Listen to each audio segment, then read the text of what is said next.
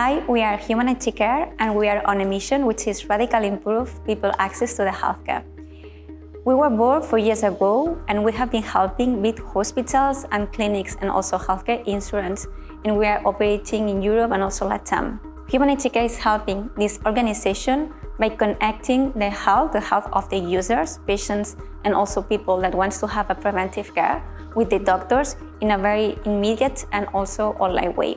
We connect a different medical device in any time, and with our API-based solution, we are helping these patients to have a better access to the health. At HumanITcare, we have developed the ultimate health API.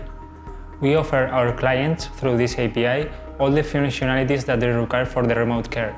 What makes us unique is that we have a fast interoperability. That means that we can integrate with any other hospital in less than 2 weeks. We have deep learning algorithms that feed the rest of the elements in our system that can help us predict when a patient is going bad. And last but not least, we also have every element of our platform regulated and certificated so that we can operate freely in the European and the United States markets. So we have recently grown a lot since we started working with the Cimti, and we have been able, for example, to win the 4 Years From Now award, that it's the first time that a digital health company receives these awards, but also more than that, we have been able to reach big clients as public procurements.